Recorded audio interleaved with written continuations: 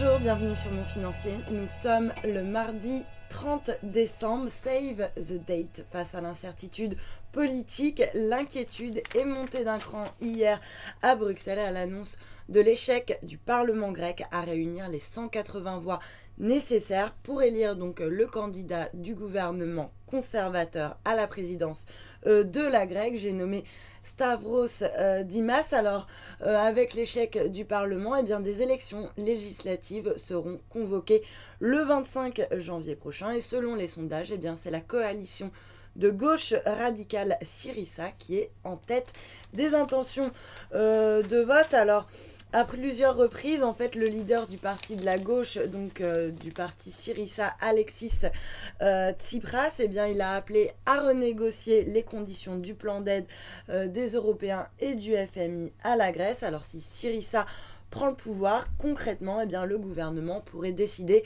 de se désengager de la tutelle financière de Bruxelles, de quoi affoler les investisseurs en provoquant une onde de choc sur les marchés et notamment sur les emprunts d'État souverains. 2014, une double vie pour les marchés, un dossier très intéressant à lire dans les Échos ce matin sur les gagnants et les perdants de l'année 2014. Alors après une année sur les chapeaux de roue, eh bien le CAC lui devrait signer une année blanche en 2014, un marché qui devrait donc rester flat sur l'année. En fait, les craintes sur le ralentissement de l'économie mondiale et le changement de politique monétaire de la Fed ont sonné le retour de la volatilité. Donc c'est la volatilité le grand gagnant. Et puis au top, on retrouve quand même Wall Street qui a bien sûr enchaîné les records. Le dollar, superstar des marchés. Puis parmi les flops, eh bien on peut citer le Brésil, ce géant au pied d'argile, ou encore le pétrole qui, vous le savez, est en chute libre. Pour 2015,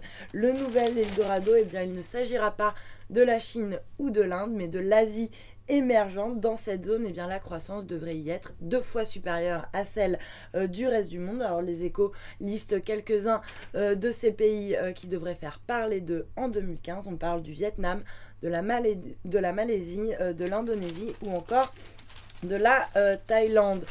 Année noire pour Hollande en 2014. Du coup, on se penche sur les enjeux qui nous attendent en 2015. Alors, en ligne de mire pour Hollande, eh bien, ce sont les élections départementales où il s'agira pour le FN de confirmer sa percée de 2014.